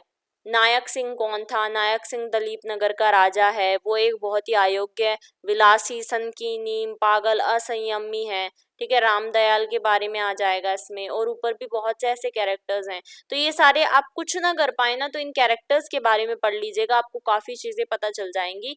देवी सिंह कौन है? एक बुंदेला किसान है, ठीक है। ये सारी चीजें हैं इसमें। देवी सिंह अपनी योग्यता का विश्वसनीय परिचय देता है, वो कुंजर सिंह और रानियों का सम्मान करता है, ठीक है, अनावश्यक वो काम नहीं करता है। और सबसे इम्पोर्टेंट जो इसमें कैरेक्टर है वो है आपका कुमुद का। तो ये रहा कुमुद का सबसे इम्पोर्टेंट कैरेक्टर, इसको हम विराटा की पद्मिनी के नाम से भी जानते हैं। कुमुद कौन है? दांगी कन्या है, इसको हम विराटा की पद्मिनी भी कहते हैं। क्यों कहा गया है वो सारी चीजें आपको इसमें पता चल जाएगी, ठीक है। तो वो जो है कैसा है इसका चरित्र? दिव्य प्रेम और बलिदान। तो ये जो है इसमें से एक क्वेश्चन जरूर बनता है किसी एक के बारे में चरित्र चित्रण, इसलिए मैं आपसे कह रही हूँ कि आप प्लीज इसको पढ़ लीजिएगा। अब आगे बढ़ लेते हैं। नेक्स्ट आपका काव्यांश को हमें ध्यानपूर्वक पढ़ना है और पूछे गए प्रश्नों का उत्तर देना है। तो यहाँ पर ये आपके प्रश्न पूछे गए हैं, ठीक है, इसको हमें पढ़ना है और ये 5 नंबर का क्वेश्चन है और इसको हमें पढ़ के इन प्रश्नों के उत्तर देने हैं। दुविधा हत साहस से क्या अभिप्राय है? तो यहाँ पर देखिए, दुविधा हत साहस है, दिखता है पंथ नहीं, देह सुखी हो पर मन के दुख का अंत नहीं, दुख है ना चांद खिला शरद रात आने पर, क्या हुआ जो खिला फूल रस बसंत जाने पर, जो ना मिला भूल उसे कर तू भविष्य वरण, छाया मत छूना मन होगा दुख दूना। यश है या न वैभव है, मान है न शर्माया, जितना ही दौड़ा तू उतना ही भरमाया, प्रभुता का शरण बिंब केवल मृग तृष्णा है, हर चंद्रिका में छिपी एक रात कृष्णा है, जो है यथार्थ कठिन उसका तू कर पूजन, छाया मत छूना मन होगा दुख दूना। तो इस चैप्टर में क्या है? चैप्टर में हमें बोला गया है कि हमें पास्ट की सारी बातों को भूल जाना चाहिए। छाया का मतलब है पास्ट, ठीक है, अतीत। अतीत को कभी भी वापस याद नहीं करना चाहिए। कोई अतीत अगर हमारा बीत गया है तो उसको याद मत करो, उससे हमारे दुख का तो कोई अंत नहीं होगा, लेकिन जो हम अभी अगर प्रेजेंट में सुखी हैं तो हम उस चीज को याद करके दुखी हो जाएंगे, ठीक है। तो यही चीज में बताइए, दुविधा हत साहस है। दुविधा हत साहस से आप क्या समझते हैं? फर्स्ट क्वेश्चन है, दुविधा हत साहस का मतलब इसमें बताया गया है कि हमारे ऊपर जितनी भी परेशानियां कठिनाइयां आती हैं उसको हम साहस से ही हताश कर सकते हैं, ठीक है। अब इसका नेक्स्ट क्वेश्चन देख ले। पहले आपको क्वेश्चन पढ़ने हैं, फिर आपको ये अच्छी तरीके से पढ़ लीजिएगा। क्या हुआ जो खिला फूल रस बसंत जाने पर, पंक्ति का क्या भाव है? मतलब हमारे जीवन से, ये रहा आपका, ये क्या हुआ जो खिला फूल रस बसंत जाने पर। उसकी पहले एक लाइन पढ़िए, दुख है चांद खिला शरद रात आने पर, क्या है जो खिला फूल रस वसंत जाने पर। इसका मतलब ये है कि हमारे पास्ट में तो इतनी सारी चीजें हो गई हैं, ठीक है, इतनी सारी चीजें हो गई हैं, और अगर हमारा प्रेजेंट सुखी है तो हम मतलब अब वो फूल खिलने का क्या फायदा जब हमारे जीवन से वसंत ही चला गया। पास्ट हमारा इतना बुरा हो गया है तो प्रेजेंट में हमें अच्छा वो करने का क्या फायदा। तो ये इसमें बताया गया है, ठीक है। नेक्स्ट है, जीवन में कवि क्या पाने के लिए दौड़ता फिरा। तो जीवन में कवि क्या पाने के लिए दौड़ता फिर रहा है? जीवन में कवि यश, वैभव, ठीक है, मान, सम्मान, इनके पीछे दौड़ता है जिसके पीछे वो भरमाया हुआ था। तो इसका आंसर भी आपको इसी में मिल जाएगा, ठीक है। इसके आंसर में आपको लिखना है, जीवन में कवि यश, वैभव, मान, सम्मान, इनके लिए दौड़ा। काव्यांश में क्या संदेश दिया गया है? काव्यांश में हमें यही संदेश दिया गया है कि कभी भी हमें अतीत के पीछे अपने प्रेजेंट को नहीं बिगाड़ना चाहिए। काव्यांश में प्रभुता को क्या बताया गया है और क्यों? काव्यांश में प्रभुता को एक माध्यम बताया गया है। प्रभुता का मतलब होता है कि हम सिर्फ और सिर्फ अपनी सुने, किसी और की हम सोचे ही ना। और इसके अलावा एक ये भी हो सकता है कि हम भगवान की भक्ति में लीन रहें। ठीक है, तो प्रभुता का माध्यम बताया गया है जिससे कि हम आगे जो है अपने जीवन को कंटिन्यू कर पाते हैं। तो ये आपको पूरा एक एक मार्क्स के क्वेश्चन है, 5 नंबर का बन जाएगा। अब 13th क्वेश्चन है आपका, एक गद्यांश दिया गया है और पूछे गए प्रश्नों के उत्तर आपको देने हैं। 11 नंबर का क्वेश्चन है, बहुत इंपॉर्टेंट है आपका। ये देखिए 11 नंबर का पूरा क्वेश्चन है, तो इसको आपको पढ़ना है पूरा। सबसे पहले क्वेश्चन है, हमारी फिल्मों की सबसे बड़ी कमजोरी क्या है? सबसे बड़ी कमजोरी, यहाँ से पढ़ते हैं, हमारी फिल्मों की सबसे बड़ी कमजोरी होती है लोक तत्व का अभाव। तो आंसर हमें मिल गया, हमारी फिल्मों की सबसे बड़ी कमजोरी क्या है? लोक तत्व का अभाव। उसके बाद सेकेंड है, फिल्मों में दुखद स्थितियों को भी ग्लोरीफाई क्यों किया जाता है? वे जिंदगी से दूर होती है यदि त्रास स्थितियों का चिंतन तो दुख का ऐसा विभत्स रूप प्रस्तुत होता है जो दर्शकों का भावनात्मक शोषण कर सके। और तीसरा कसम की खास बात यह थी कि वह दुख को भी सहज स्थिति में जीवन सापेक्ष प्रस्तुत करती है। शैलेंद्र सिनेमा की चकाचौंध के बीच। अच्छा, आपको इसमें क्या लिखना है? इसमें आपको ये बताना है कि जो फिल्मों में है, फिल्मों में दुख की घड़ियां भी होती हैं, तो उसको भी इस तरीके से दिखाया जाता है, बहुत ही ज्यादा ग्लोरीफाई करके दिखाया जाता है। क्यों दिखाया जाता है? क्योंकि वो जो है उससे दर्शकों की भावनात्मक शोषण उससे कर सकें और जो दर्शक हैं वो उससे आकर्षित रहे, इसलिए। तीसरी कसम फिल्म की प्रमुख बात क्या थी? तो तीसरी कसम, यहाँ से देखिए, तीसरी कसम की खास बात ये थी कि वह दुख को भी सहज स्थिति में जीवन सापेक्ष प्रस्तुत करती है। तो ये आपका थर्ड का हो जाएगा आंसर। उसके बाद शैलेंद्र के व्यक्तित्व की सबसे बड़ी विशेषता क्या थी? तो शैलेंद्र के जीवन की या उसकी सबसे बड़ी विशेषता ये आपको चैप्टर पढ़ने पे पता चलेगा। ठीक है, चैप्टर से आपका ये गद्यांश लिया गया है। शैलेंद्र के गीतों की क्या विशेषता थी, ये भी आपको वहीं से पता चलेगा। उसके बाद व्यथा आदमी को पराजित नहीं करती, उसे आगे बढ़ने का संदेश देती है, आशय स्पष्ट करें। मतलब अगर हमारे जीवन में दुख है, दुख से हम हारते नहीं है, दुख से हम हारते नहीं है, दुख हमें हमेशा आगे बढ़ने का संदेश देता है। ठीक है, बहुत से लोग इस संदेश को ग्रहण कर पाते हैं और बहुत से नहीं। तो इसी को आपको आशय स्पष्ट करने का मतलब है, इसी को आपको समझाना है। ठीक है, तो पेपर में आपको यही समझाना है। नेक्स्ट है आपका उपसर्ग या प्रत्यय अलग करके हमें लिखने हैं। तो जैसे प्रक्रिया है और पराजित है, तो आपको इसमें लिखना है कि आपका इसमें कौन से उपसर्ग का इस्तेमाल किया गया है और कौन से प्रत्यय का इस्तेमाल किया है। तो यहाँ पर देखिए प्रक्रिया, अगर हम इसको हटाकर देखें, प्र प्लस क्रिया, तो आपको पता होगा उपसर्ग और प्रत्यय, उपसर्ग हमेशा शब्द के आगे लगते हैं और प्रत्यय हमेशा शब्द के पीछे लगते हैं। ठीक है, अगर मैं बोलूं कि आपका जैसे कि उपसर्ग आगे लगा है ना, तो यहाँ पर ये देखिए पर को अगर हम हटा दें तो क्रिया का एक मतलब निकलता है ना। हमेशा ये याद रखिएगा, जो भी शब्द आप इसको अगर आप संधि कर रहे हैं, संधि करने के बाद जो भी शब्द आपका मूल शब्द है, जैसे क्रिया इसमें मूल शब्द है, इसका मतलब निकलता है कुछ ना कुछ। पर जो है इसको एक जो मतलब इसको शब्द को बदल रहा है, तो इसलिए इसमें उपसर्ग क्या है? पर। ऐसे पराजित का अगर हम निकालें, पराजित को अगर हम निकालें, पर सॉरी पराजय जमा इत, तो पराजय एक अलग है, एक बिल्कुल अलग शब्द बन जाता है और जिसका कोई ना कोई मीनिंग भी है। पराजय का मीनिंग क्या होता है? हार, है ना। तो इसकी एक मीनिंग है। क्रिया का मीनिंग क्या होता है? काम। ये क्या है? इत, इसमें प्रत्यय लगा हुआ है जो शब्द के पीछे लगता है। ठीक है, उसके बाद है विलोम शब्द हमें लिखना है, पराजित विजय, या फिर पराजित मतलब हारा हुआ, विजय विजयी मतलब जीता हुआ।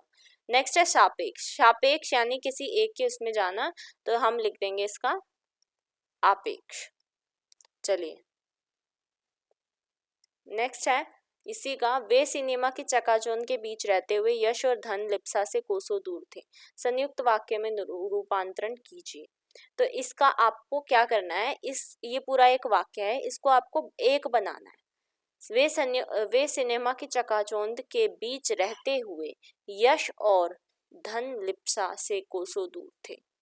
वे सिनेमा की चकाचौंध के बीच रहते हुए भी यश धन और लिप्सा से कोसों दूर थे। ये आपको लिखना है। नेक्स्ट है, उपयुक्त गद्यांश से दो तत्सम शब्द उठाकर हमें यहाँ पर छांट कर लिखने हैं।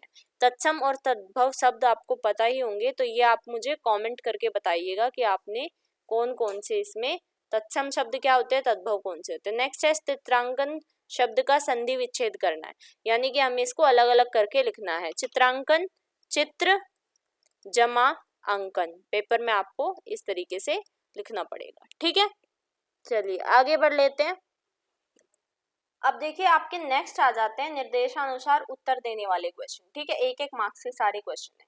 तो निम्नलिखित वाक्य में हमें क्या करना है, विराम चिन्ह इसमें आपका आ जाता है ग्रामर वाला पोर्शन, एक एक मार्क्स का ग्रामर वाला पोर्शन। ठीक है, तो हमें एक विराम चिन्ह लगाकर इसको पूरा दोबारा से लिखना है इस वाक्य को। राम मोहन सोहन और श्याम बाजार गए, तो हम इसको दोबारा कैसे लिखेंगे, राम कोमा, मैं इसी में लिख देती हूँ, कोमा मोहन कोमा सोहन और श्याम बाजार गए। तो यहाँ पर आपको विराम चिन्ह ये लगा देना है। ठीक है, आपका ये पूरा हो जाएगा। बस आपको यही चिन्ह जो है वो लगाने होते हैं। राम के बाद कोमा आएगा, मोहन के बाद कोमा आएगा, सोहन के बाद आपका और है तो कोमा नहीं आएगा, श्याम बाजार गए, और यहाँ पर आपको विराम चिन्ह लग जाएगा। नेक्स्ट आपका आपका 1 नंबर का है तो 1 नंबर आपको मिल जाएगा। उसके बाद है शुद्ध करके हमें दोबारा से वाक्यों को लिखना है। फर्स्ट है, नेताजी के गले में गुलाब की माला पहनाई गई। तो नेताजी के गले में एक गुलाब की माला पहनाई गई। नेताजी के गले में नेताजी को माला या गुलाब की माला पहनाई गई। ठीक है, गले में लिखना जरूरी नहीं है, इसको काट दीजिएगा। शिक्षक ने उसकी खूब प्रशंसा करी, खूब नहीं आएगा, शिक्षक ने उसकी प्रशंसा की। ठीक है, की। ठीक है, उसके बाद आपका नेक्स्ट है, निम्नलिखित का शुद्ध रूप आपको लिखना है। तो उज्जवल और निर्गुण, इनको हमने गलत उसमें लिखा हुआ है, इसको सही करना है। उज्जवल को आप कैसे लिखेंगे, उज्जवल को आप लिखते हैं, इसमें जो जा होते हैं ना वो दोनों ही आधे होते हैं, और ये जो है ये पूरा जा, इसलिए गलत हो गया। और निर्गुण को आप लिखते हैं इस तरीके से। ठीक है, ये जो र है ये आधा र ये ऊपर चला जाता है। नेक्स्ट है, अर्थ की दृष्टि से वाक्य भेद हमें बताने हैं। तो अर्थ की दृष्टि से कितने वाक्य भेद होते हैं, देखिए अर्थ की दृष्टि से वाक्य भेद अर्थ के आधार पर 8 होते हैं। विधानवाचक वाक्य, निषेधवाचक वाक्य, प्रश्नवाचक वाक्य, विस्मयादिवाचक वाक्य, आज्ञावाचक और इच्छावाचक, एंड संदेहवाचक, संकेतवाचक। तो विधानवाचक, जिसमें कि हमें बिल्कुल ऐसे मतलब कुछ ऐसा सिंपल सा कोई वाक्य है, ठीक है, विधान है उसमें। उसके बाद है निषेध, जहां पे हमें किसी चीज के बारे में रोका जाए। प्रश्नवाचक, जहां पे हमें कोई प्रश्न पूछा जाए। विस्मयादि वाचक है, जैसे कि कोई अगर हम आश्चर्य वाला हो रहे हैं, जिसमें कि आपको ये वाला साइन देखने को मिलता है, ये वाला साइन अगर किसी में आपको देखने को मिले तो वो आपका विस्मयादि है। ये वाला अगर देखने को मिले क्वेश्चन मार्क तो आपका प्रश्नवाचक है। ठीक है, इसके बाद कौन सा होता है, आज्ञावाचक, जिसमें कि हमें कोई भी आज्ञा देखने को मिले। फिर उसके बाद है इच्छावाचक, जिसमें हम कोई इच्छा जता रहे हैं, जैसे कि मैं चाहती हूँ मैं कल या परसों तक कार ले लूं, तो ये एक इच्छा है मेरी। संकेतवाचक, वहां मत जाओ वहां पर खतरा है, तो ये क्या है, संकेत है। संदेहवाचक, शायद मैं पास ना हो पाऊं, तो ये एक संदेह है। ठीक है, तो ये सारे आपके अर्थ की दृष्टि से वाक्य होते हैं, वाक्य के भेद। अब यहाँ पर आपका एक वाक्य दिया गया है, अच्छी वर्षा से अच्छी फसल होगी। अच्छी वर्षा से अच्छी फसल होगी, यानी कि हम क्या कहने की कोशिश कर रहे हैं, हम संकेत देने की कोशिश कर रहे हैं कि अगर ऐसा होगा तो फिर ऐसा हो जाएगा। ठीक है, अच्छी वर्षा होगी तो अच्छी फसल हो जाएगी, तो इसका आंसर क्या हो जाएगा, संकेतवाचक वाक्य। इन वाक्यों को आपको अच्छी तरीके से देख लेना है। अब है नेक्स्ट क्वेश्चन आपका, निम्नलिखित को कृत्रिवाच्य में बदलना है। अभी ये क्या है, कर्मवाच्य में, जैसे बालक से पतंग उड़ाई जाती है, बालक से पतंग उड़ाई जाती है, किसमें है ये, कर्मवाच्य में है। अब हमें इसको कृत्रिवाच्य में बदलना है, कृत्रिवाच्य में यानी कि कर्ता के उसमें बदलना है। ठीक है, तो हमें कैसे बदलना है इसको, बालक ने पतंग उड़ाई, बालक ने पतंग उड़ाई। ठीक है, बस दैट इज इट। ये आपको लिखना है और ये आपको मार्क्स दे देंगे। फिर उसके बाद है नेक्स्ट क्वेश्चन, प्रतिवेदन लिखने के कारणों को स्पष्ट कीजिए। प्रतिवेदन जो है वो क्यों लिखा जाता है ये आपको बताना है। उसके बाद होली के अवसर पर साहित्यिक संस्था परिमल द्वारा आपके क्षेत्र में आयोजित कवि सम्मेलन पर एक प्रतिवेदन तैयार कीजिए।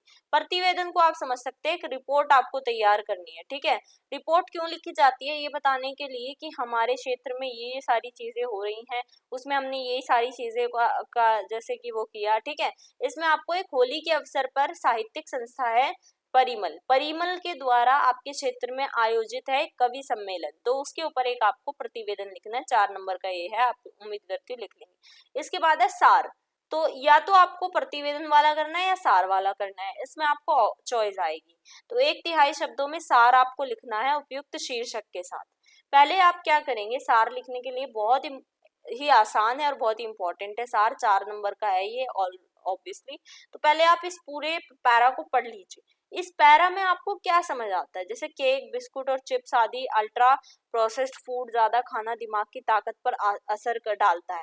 तो इसमें आपको शीर्षक निकालना पड़ेगा। पहले तो अच्छी तरह इसको पढ़ लिया, तो शीर्षक मैंने ले लिया, मान लो ultra processed food, ultra processed food ऐसे मैं लिख दिया मैंने ऊपर।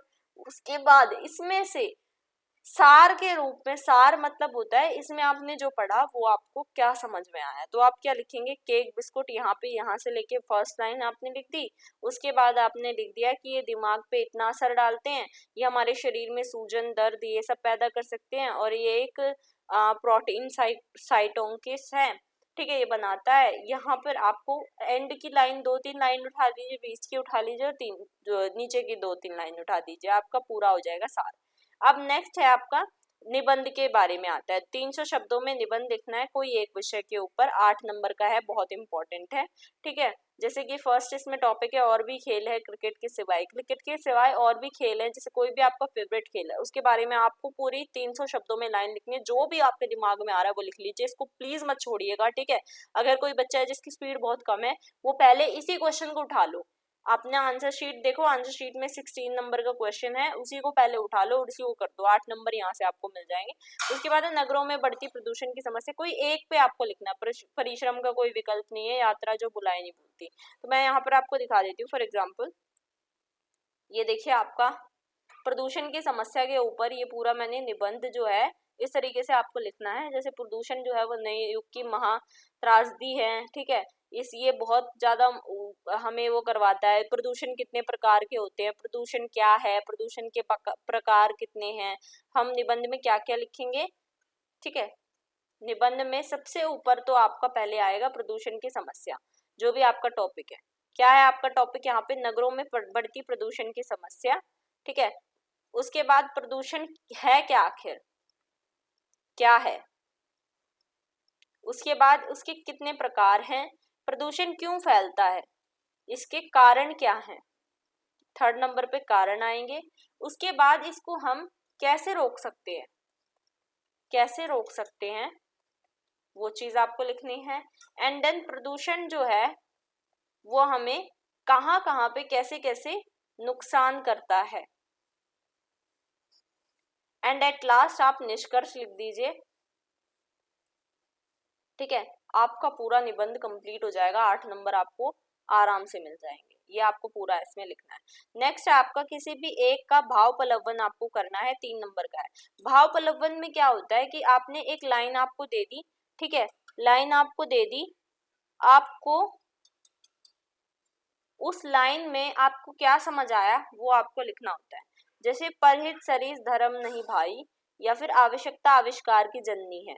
तो भाव पलवन आपको देखिए, मैंने इसमें सेकंड वाला लिया है, आविष्कार जो है आवश्यकता आविष्कार की जननी है। इसका अर्थ क्या है, जब जीवित रहने के लिए कुछ जरूरी होता है तो मानव किसी भी तरह से उसे प्राप्त करने के लिए जुट जाता है। इसका अर्थ यह है कि आवश्यकता हर नए आविष्कार और खोज के पीछे मुख्य आधार है, और ये मुहावरा शताब्दियों से उपयोग में लाया जा रहा है। भाव पलवन में बेसिकली आपको ये लिखना होता है, आपको कोई एक लाइन दे दी जाएगी। ठीक है, उस लाइन से आपको क्या समझ आया, ठीक है, उसमें क्या भाव छुपा हुआ है, किस बारे में है। जैसे यहाँ पर आपको समझ आ रहा है, आवश्यकता से आविष्कार होता है, आवश्यकता से आविष्कार होता है, जननी का मतलब है माता। अगर हमें किसी भी चीज की जरूरत है तो हम कुछ ना कुछ करके उसको पाने की कोशिश जरूर करते हैं, उसकी जो है आविष्कार करने की कोशिश करते हैं। ठीक है, 3 नंबर आपको मिल जाएंगे। नेक्स्ट क्वेश्चन है, सरकारी कार्यालयों में फाइलों पर टिप्पण लिखने की क्या पद्धति है। 3 नंबर का ये है। तो टिप्पण आपका जो होता है, मतलब नोट्स आपके क्यों बनाए जाते हैं सरकारी कार्यालयों में फाइलों के ऊपर, क्योंकि पहला कारण ये होता है क्योंकि वहां पर अलग बहुत से होती है फाइल्स। ठीक है, हर एक फाइल को अगर हम देखने लगे तो हमारा बहुत समय जाता है, इसलिए टिप्पणी लिखकर उसको रखा जाता है। इसकी क्या पद्धति होती है, पहले तो जो उसमें हमें सारी की सारी शॉर्ट चीजें लिखनी होंगी। ठीक है, हम यहाँ पर शॉर्ट शॉर्ट अपनी सेंटेंस लिखेंगे। ठीक है, वाक्यों को जितना हम छोटा रखेंगे उतने अच्छे हमारे टिप्पण वो बनेगी। थर्ड है हमारा, उसमें हमें ऐसे वाक्यों का इस्तेमाल करना है, ऐसे शब्दों का इस्तेमाल करना है जो कि हमें जल्दी देखते ही समझ आ जाए। तो ये आपकी पद्धति रहती है, वो आपको लिखनी है 3 नंबर में। या फिर अथवा में आपको बोला गया है, लोक निर्माण विभाग प्रदेश सरकार के प्रमुख सचिव की ओर से एक परिपत्र आपको तैयार करना है जिसमें प्रदेश की सड़कों को गड्ढा मुक्त बनाए जाने संबंधी निर्देश दिया गया हो। तो एक परिपत्र आपको बनाना है इसमें, जिसमें ये हमें ये बताना है कि जो सड़कें हैं वो गड्ढा मुक्त किस तरीके से बनेंगी। नेक्स्ट आपका है 4 नंबर का क्वेश्चन, ये आपका है पत्र के लिए कार्यालय पत्र हमेशा आता है, इसका आप एक बार फॉर्मेट समझ लीजिए। कार्यालय पत्र आपको अगर लिखना है यानी कि आपका ऑफिशियल लेटर। ठीक है, तो ऑफिशियल लेटर लिखने के लिए आपको सबसे पहले जहां पर भी आप जो ओके, ऑफिशियल लेटर लिखने के लिए आपको लिखना पड़ेगा रिसीवर का एड्रेस।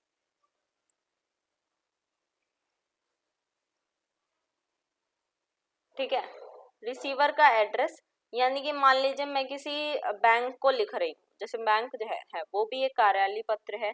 बैंक को लिखने के लिए आपको उस बैंक का नाम लिखने पड़ेगा। सबसे ऊपर आप लिखेंगे महोदय, सॉरी मैनेजर, जिसको भी लिख रहे हैं मैनेजर।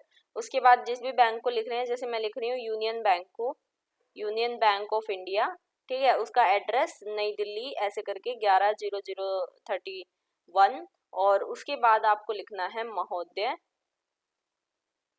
बीच में आपको विषय भी लिखना है एक लाइन छोड़ के। विषय क्या है आपका, जैसे कि मैं अपना अकाउंट जो है बंद करवाने के लिए लिख रही हूँ, मुझे अपना अकाउंट बंद करवाना है, अकाउंट बंद करवाने हेतु। उसके बाद महोदय आप लिखेंगे मैं आपके बैंक में खाता धारक हूँ, मेरा खाता संख्या ये है।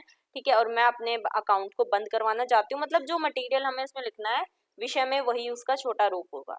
मैं इस बैंक को बंद करवाना चाहती हूँ, अपने खाता संख्या ये है मेरी। ठीक है, इसको जल्द से जल्द बंद कर दिया जाए और मैं आपकी बहुत ज्यादा ऋणी होंगी। उसके बाद लास्ट में आपको क्या करना होता है, उसके बाद लास्ट में आपको लिखना होता है धन्यवाद, मैं आपकी बहुत बड़ी आभारी होंगी। उसके बाद नीचे धन्यवाद। ठीक है, और फिर आपको आपका नाम, एड्रेस, कहाँ से हैं आप, मोबाइल नंबर, मोबाइल नंबर के साथ साथ आपको आपके यहाँ पर जो भी साइन है वो आपको करने पड़ेंगे। और ये आपका पूरा हो जाएगा कार्यालय पत्र। इसी प्रकार से आपका ये पूरा पत्र दिया गया है, इसको आप पढ़ के आप प्रैक्टिस कर सकते हैं। इसकी पत्र सेम नहीं आते हैं इसलिए मैं आपको पूरा नहीं बता रही हूँ इसमें। ठीक है, 4 नंबर का आएगा। अब 20 क्वेश्चन, ये बहुत इंपॉर्टेंट भी है, मतलब इजी भी है और सही भी है, मतलब 4 नंबर का है। तो यहाँ पर एक तालिका दी गई है, भारत में महिला साक्षरता दर प्रतिशत में दी गई है, इसे दंड चित्र द्वारा प्रदर्शित कीजिए, साथ ही नीचे दिए गए प्रश्नों के उत्तर दीजिए। दंड चित्र में हमें इसको बताना है, यानी कि इस तरीके से। ठीक है, यहाँ पर आप वर्ष लिख लेंगे, यहाँ पे आप वर्ष लिख लेंगे। वर्ष कौन सा है, 1961, 1971, ठीक है, 1981 और 1991। और यहाँ पे आपको क्या लिखना है, साक्षरता प्रतिशत। इस तरीके से को कितना है, 15, 22, 30 और 39। तो 15, 22, 30 और 39, हम 15, हम यहाँ पर 5-5 का गैप रखते हैं, 25, 30, 35 और 40। ठीक है, चलिए उसके बाद आपका 1961 पे 15 का है, तो यहाँ पे ऐसे करके 15 तक ले जाइए और उसको इस तरीके से बना दीजिए, ठीक है। 1961 का उसके 22 पे हैं, तो 20 और 25 के बीच में 22 आएगा, यहाँ आएगा, तो यहाँ पे इसको ऐसे बना दीजिए, ठीक है। उसके बाद 30 का है, 30 यहाँ पे आ रहा है, तो यहाँ पे आपको ऐसे बना दीजिए उसका। उसके बाद 39 पे 35 और 40 के बीच ऊपर आएगा, यहाँ पर सबसे ऊपर, इसका ऐसे बना दीजिए, तो ये आपका दंड चित्र हो जाएगा। अब इसमें हमें क्वेश्चन क्या पूछा गया है, ये आपको जरूर बनाना है। महिलाओं की साक्षरता प्रतिशत किस वर्ष सबसे ज्यादा है, तो सबसे ज्यादा प्रतिशत कब है, 39 में है, 39 है, तो 1991 में आपका आंसर हो जाएगा। 1991 में महिलाओं की साक्षरता प्रतिशत सबसे ज्यादा है। अब नेक्स्ट क्वेश्चन, 1981 से 1991 के बीच महिलाओं की साक्षरता कितने प्रतिशत बढ़ी है, 30 से 39 हो गई, 30 से 39 हो गई, तो कितने परसेंट बढ़ी है, 9% बढ़ गई, ठीक है। यही आपको लिखना, आंसर आपको क्वेश्चन का जो है मार्क्स आपको मिल जाएगा। नेक्स्ट है, जब अचानक नदी में आई बाढ़ में मैं फंस गई या गया, इस विषय पर आधारित अपने अनुभव को लगभग 40 शब्दों में अभिव्यक्त करना है। 2 नंबर का है, मतलब आपको अपना अनुभव बताना है, आपको यहाँ से लाइन शुरू करनी है, ठीक है। आप अपने आंसर शीट पे लिखेंगे आंसर 21। उसके बाद जब ये अचानक ये पूरी लाइन को सेम लिखेगा, मैं नदी में आई बाढ़ में मैं फंस गया, लड़का है तो फंस गया, लड़की है तो फंस गई, ठीक है। उसके बाद फंस गई, ठीक है। फिर आपको कंटिन्यू करना है, मैं एक बार सरयू नदी के किनारे से जा रही थी और वहां पर एकदम से बाढ़ आ गई, ठीक है। बाढ़ का पानी इतना गहरा था कि बहुत से लोगों की मैंने लाशें भी जो है इधर उधर फैलती हुई देखी। बहुत से लोग जो है कंट्रोल नहीं कर पा रहे थे अपने आप को, बैलेंस नहीं बना पा रहे थे, यहाँ तक कि जानवरों की जो बॉडीज होती हैं वो भी इधर उधर देखी मैंने। बहुत ही ज्यादा भयावह दृश्य था, किसी न किसी तरह से मैं बच गई। मतलब आपके दिमाग में कुछ भी आ रहा ना, आप वो लिख दो, ठीक है, उससे रिलेटेड आपको मार्क्स मिल जाएंगे 2 नंबर। अब खंड ख और ग, ये नीचे आपका खंड ग है, ठीक है, और ऊपर आपका खंड ख है।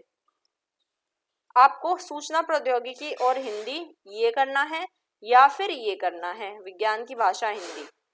तो हम ऊपर वाला कर लेते हैं। ऊपर वाले में क्या है आपका 22 क्वेश्चन है, निम्नलिखित में से किन्हीं 2 के अर्थ आपको स्पष्ट करने हैं। 1 नंबर का है, हाफ मार्क्स मिलेंगे आपको। National press of India, national press of India को हम वॉचडॉग के नाम से भी जानते हैं, वॉचडॉग के नाम से भी जानते हैं। नेशनल प्रेस ऑफ इंडिया में हमें जितने भी हमारे समाचार पत्र हैं, न्यूज चैनल हैं, उनसे रिलेटेड जितनी भी हमें जानकारी प्राप्त करनी है, और सभी पे कंट्रोल कौन रखता है, नेशनल प्रेस ऑफ इंडिया रखता है। अब है सेकंड, दैनिक। दैनिक के बारे में आप क्या जानते हैं, दैनिक समाचार पत्र आते हैं हमारे, दैनिक मतलब कि रोजाना, ठीक है, रोजाना के आपके समाचार पत्र आते हैं, रोजाना आपकी मैगजीन्स आती हैं कहीं। उसके बाद है प्रसारण। प्रसारण यानी कि जो भी चीजें हम देख पा रहे हैं टीवी पर या फिर सुन पा रहे हैं, उनका प्रसारण होना, लाइव आना, उन चीजों को लाइव आना, ठीक है, वही प्रसारण होता है। तो ये आपको 1 नंबर मिल जाएगा। अब है वार्ता से आप क्या समझते हैं। वार्ता यानी कि किसी 2 से ज्यादा लोगों के बीच में, 2 या 2 से ज्यादा लोगों के बीच में बातचीत होना, उनके बीच में किसी प्रकार की बहस हो रही है या फिर किसी प्रकार के उनके बीच में बातचीत हो रही है, किसी टॉपिक पे वो बात कर रहे हैं, तो उसी को हम वार्ता कहते हैं। नेक्स्ट है, ये 2 नंबर का था आपका, ठीक है। नेक्स्ट है, संचार माध्यमों के किन्हीं 2 उद्देश्यों को आपको लिखना है। संचार माध्यम का सबसे पहला उद्देश्य क्या होता है कि वो लोगों की जो संचार क्या है, एक ऐसा माध्यम जिससे कि जैसे मैं यहाँ पर एक बंदा है, ठीक है, वो दूसरे बंदे को अपनी बात पहुंचाना चाहता है, तो ऐसा माध्यम जो कि एक व्यक्ति के विचारों को दूसरे व्यक्ति तक पहुंचाता है, वही संचार का माध्यम है। वो अब माध्यम कुछ भी हो सकता है, जैसे टेलीफोन, ठीक है, चिट्ठी लिखना या फिर ईमेल भेजना, तो ये किसी भी प्रकार का माध्यम वो हो सकता है बातचीत करके, ठीक है। संचार जो है वो कितने प्रकार के होते हैं, ये आपको मुझे कमेंट में बताना है। तो इसके 2 उद्देश्य क्या है, सबसे पहला तो विचार जो है प्रस्तुत कर पाना है एक दूसरे को, और दूसरी बात कि हमें अगर नॉलेज लेनी है या फिर ज्ञान लेना है, ठीक है, और अगर हमें कोई ऐसी चीज है, इंफॉर्मेशन चाहिए, वो सारी चीज हमें संचार से ही पता चलती है। अब अगला और लास्ट क्वेश्चन है आपका, लास्ट नहीं है, सेकंड लास्ट है। कंप्यूटर के आने से समाचार संपादन के क्षेत्र में क्या क्या परिवर्तन आए हैं, 4 नंबर का है। कंप्यूटर के आने से समाचार संपादन क्षेत्र में बहुत से अंतर आए हैं, बहुत से परिवर्तन आए हैं। जैसे कि समाचार जो है वो पहले बहुत ज्यादा प्रख्यात था, क्योंकि कंप्यूटर नहीं थे, इंटरनेट इतना नहीं यूज में आता था। अब कंप्यूटर आने से इंटरनेट इस्तेमाल में आ गया और समाचार लोग बहुत कम पढ़ते हैं, क्योंकि कंप्यूटर जो है उस पर ही बैठकर लोग जो है समाचार देख लेते हैं और इंटरनेट के माध्यम से वो उस चीजों को सुन सकते हैं। समाचार पत्र का इतना जो संपादन है वो कम हो गया है। अब इसी में अथवा करके 2 ऑप्शन दिए, 3 ऑप्शन है इसमें, इनमें से कोई एक आपको करना है, 4 नंबर का है। जो भी आपके दिमाग में आना है वो आप कर लीजिए, ठीक है। सूचना प्रौद्योगिकी का शिक्षा के प्रचार प्रसार में क्या योगदान है। अब नेक्स्ट है आपका, इसमें आपको फर्स्ट में आपको एक जो है मतलब ऑनलाइन होने वाली जो धोखाधड़ी है उससे उपभोक्ताओं को कैसे सावधान किया जाए। रिजर्व बैंक ऑफ इंडिया की ओर से एक विज्ञापन आपको तैयार करना है, जिसमें कि आपको ओटीपी वगैरह भी कैसे आपको छुपाना है वो सब बताना है, ठीक है। तो देखिए इसका आंसर, इस तरीके का आप विज्ञापन तैयार करेंगे। आप चाहें तो ऊपर लिख सकते हैं सावधान, सावधान, सावधान, ठीक है। इस तरीके से आप लिखिएगा और उसके बाद ये जो इसमें अधिबोधक जरूर लगाना है।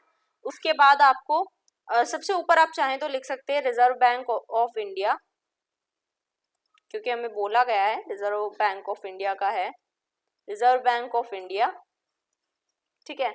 और फिर उसके बाद आपको लिखना है फर्जी विज्ञापन से रहे सावधान।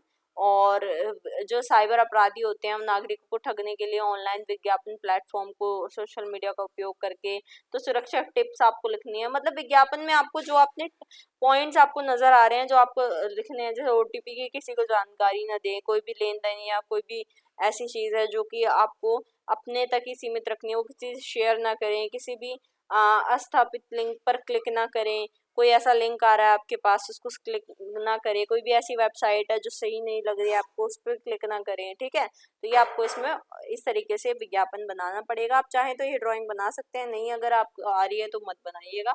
आप चाहें तो इस तरीके से एक जो है कंप्यूटर सा बना दीजिए और उस पर आप यहाँ पर इस तरीके से लिख दीजिए साइबर क्राइम, ठीक है, क्राइम। हिंदी में लिख लीजिए, इंग्लिश में लिख लीजिए, कोई फर्क नहीं पड़ेगा। तो यही आपको विज्ञापन बनाने का आता है 3 नंबर का। और लास्ट क्वेश्चन है, भारतीय सैनिकों ने तवांग क्षेत्र में चीनी सैनिकों को करारा जवाब दिया। इस पे ऊपर एक समाचार तैयार करना है समाचार पत्र के लिए।